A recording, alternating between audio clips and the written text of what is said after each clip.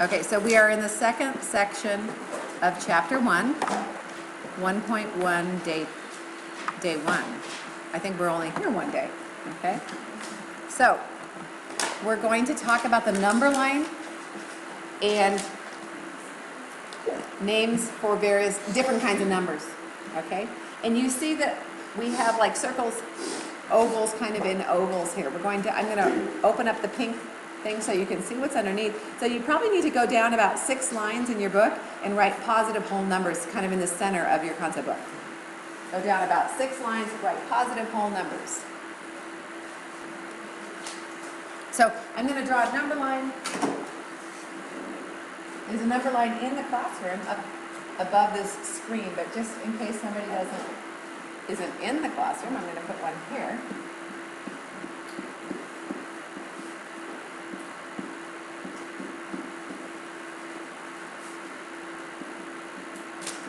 We're going to start with that.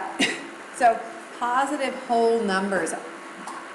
Who can name the positive whole numbers that I have actually written on the board here? Name those numbers. Go. Me? Yeah. Oh. What's your name? That's what I said. Okay. 1, 2, 3, 4, 5. And 5. 1, 2, 3, 4, and 5 are the positive whole numbers. Okay. Is 0 positive? No. So it's not. So we don't include it as a positive. So the ones you can see here are 1, 2, 3, 4, and 5. And could we go on to the right? Yes. Yes, infinitely we could go on.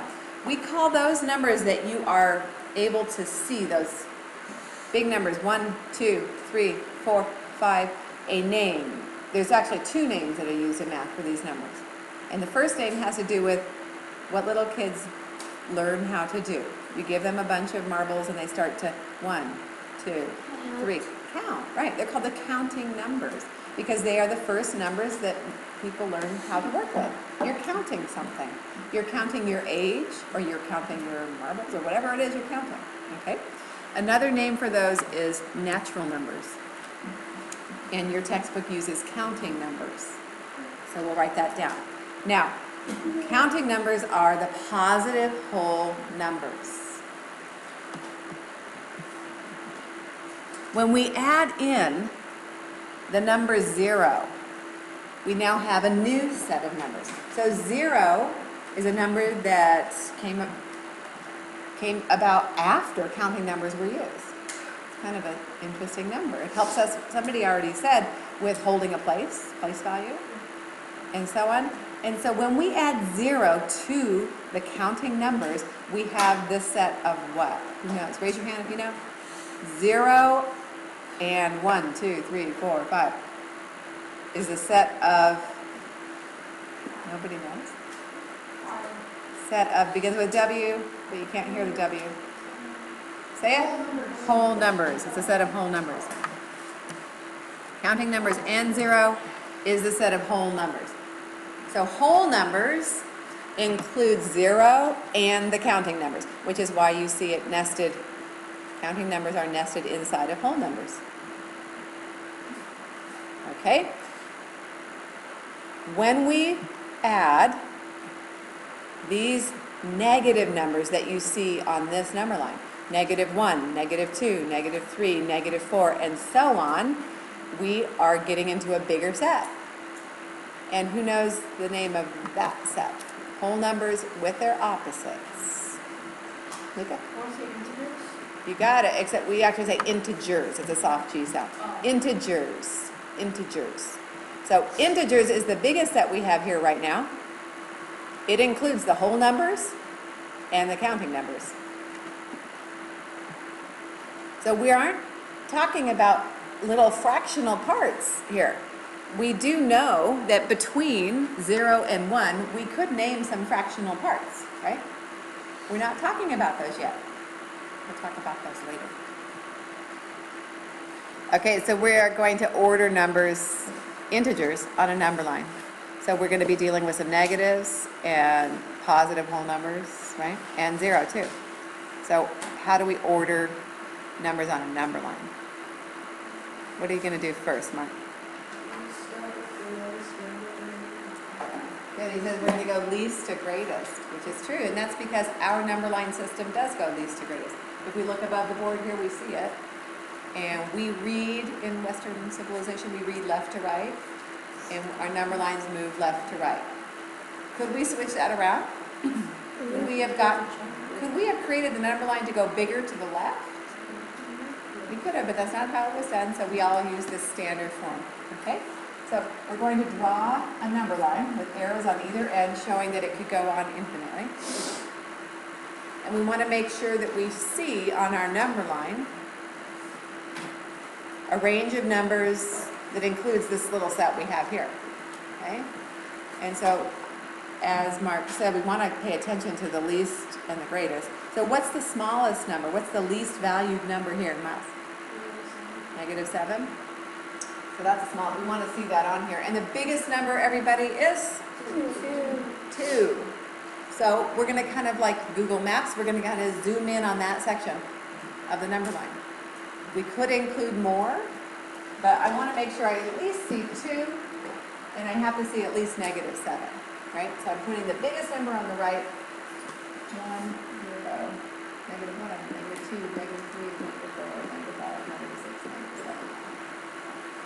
I must be able to see at least those 2 numbers, right?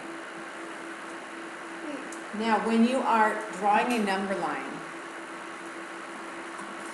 a person could put a number with every single dash, but I think that's a lot of writing and not really necessary. How many numbers minimum would you have to put so that somebody knows what you're looking at here? Yes. 3? Actually, 2 minimum. I could put, if I had just put 0 and 2 over here, would you know the value of each of the dashes? You would have known that each dash represents 1, right? But if I had put 0 and 20, you would have thought each dash represents 10. So you really only need 2 numbers to indicate what the value of each dash is, okay? So today when you're drawing number lines, you do not need to write a number under every single dash, okay? But when you're labeling or ordering on a number line, you start with a number line and now you have to show where these numbers show up. So I want you to write that on the top of the number line. So your scale's underneath it, and now you're going to show where the numbers are by plotting them and labeling them above the number. So -7, we find that on our number line, and we write just above it -7. So I'm showing you that I know where -7 is. Okay? And 2 was the next number that I see, so label it. Even though I already wrote 2 underneath, I'm now showing you that this list contains 2, okay? And we continue, -1, 0, and oops, that's the wrong house. -1, 0, and then -2. Right. So you have to do all of them like that? Yes. Okay, there it is. So for each question, you need a separate number line. And that's how you show them. Vincent. Well, Okay, so here is a second sample to try. Draw a number line, put your scale down, and then graph the given values. Come back and check your work when you're ready. Okay, now she's graphing. And because you already have your ruler set up, you simply need to just take your number and put it above it. Don't forget to put a point on that location, 2. Right, and you're using black so make it legible. Good. Okay, so now you've graphed 2 and you labeled it. So you could check it off or you could even cross it out so we know it's done. It's a little bit of accounting there. Do you want to go ahead and graph 5? And label it above. And then we check it off. Good. And then whatever else you want to do next, just 3 more. See how she's labeling under, and then she's going to label over 2. So you really only need to label once. Once you have your ruler set up, your number line, you just can label it once on top.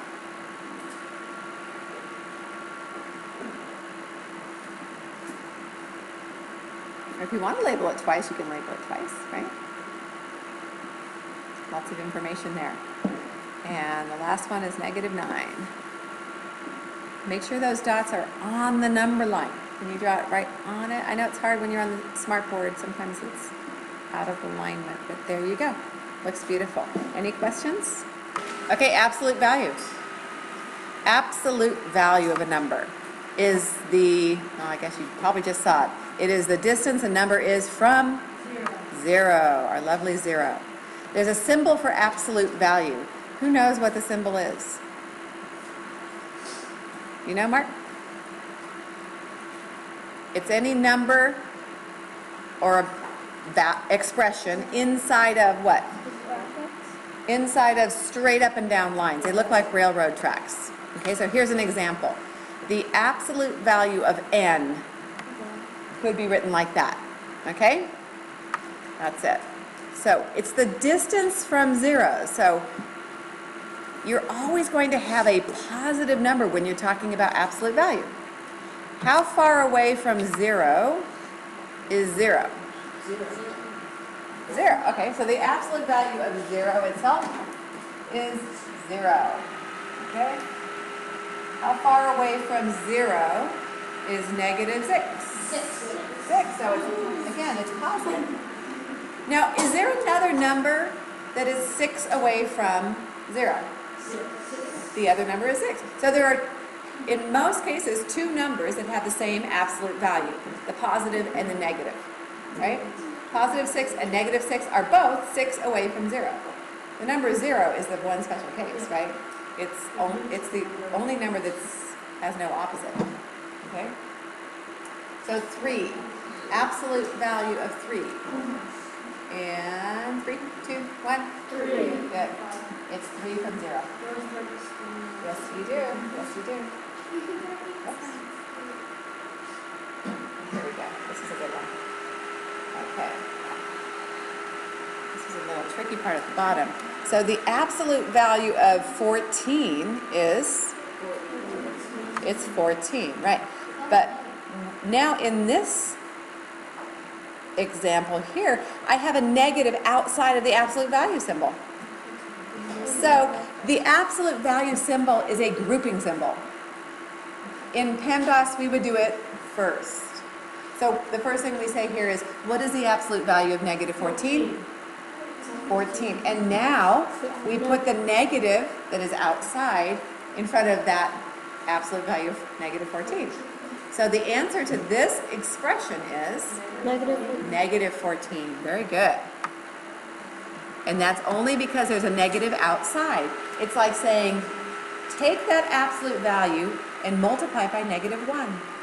And now you have actually a negative, but keep in mind it was because a negative was outside the absolute value. So as I said, these are grouping symbols. So when you see the absolute value of 4 minus 6, what do you do when you have a grouping symbol? You simply what, Mark? When you have a grouping symbol, you do that operation first. Inside. So what do we have the absolute value of? You have the Negative 2. Good. And the absolute value of negative 2 is? 2. 2. So your simplified expression here is 2. Please finish this and come back and check your work. Okay, very good. Make sure you match up with this. That's a good job here. Okay, the last term is opposites today. So sometimes people get tricked up because absolute value doesn't mean always opposite, does it? We just saw over here that the absolute value of, like this is a good place to look.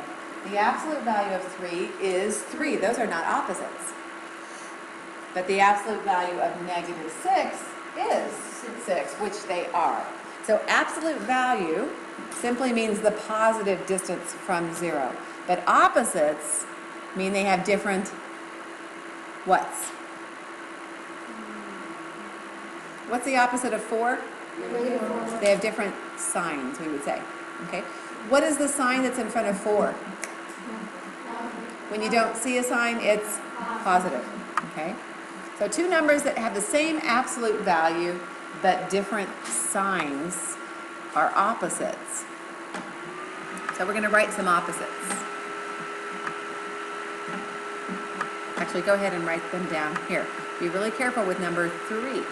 So the opposite of negative 17 is 7. And the opposite of 24 is good. It has the opposite side. Now this is tricky. First, we have to simplify that. So what is that? So that is 6. So what is the opposite of 6? Negative. We would say negative 6. Okay? That's the opposite of the absolute value of 6. Negative 6. Let's order these from least to greatest. Okay, so now this has a whole bunch of stuff going on. So you can't, we can't just look at it when you have absolute value symbols around it and know what it is right away. We might have to simplify these in order to put them in order from least to greatest. Okay? So, start with the absolute value of negative 19. And the absolute value of negative 19 is 19. So we can kind of put that now underneath. Now, negative 74. Is there any way to simplify that? There's no absolute value symbol, so it's just the number negative 74. So I'm just going to kind of rewrite the list in its simplest form. Now don't say this next one. Everybody think for a second. We have the absolute value of 12 and then a negative on the outside. So when we simplify that, that becomes negative 12. Good. Now the next one is parentheses. So I am thinking that this could be considered a negative 1 times a negative 56. And when you do that multiplication, the product is 66. Most of you are keeping with me. Some of you look a little confused. How about this last one? We have the absolute value of negative 58, and then we're supposed to take its opposite. So the answer is? Who says negative 58? Who says 58? Who says negative 58? You're right, it's negative 58. Okay, so now when we go to order these least to greatest, we want to put them in their original format, which is making this a little trickier. Okay, so looking at the red numbers, what is the smallest number that you see? So, okay. So that would be the first one in our list, okay? I'm just going to number them. And what's the next smallest from that, Cooper? Good. And everyone, the next smallest is? 12. And then the next biggest is? 19. 19. And then we have this last one. Okay, good ordering. But when we write the final list, we're going to write them in the form they originally came at. Okay? So number 1, we will write as you see it, negative 74, because that's how it came. Okay? Number 2, we write as negative absolute value of negative 58. Number 3 was what? Negative. We got that. Good.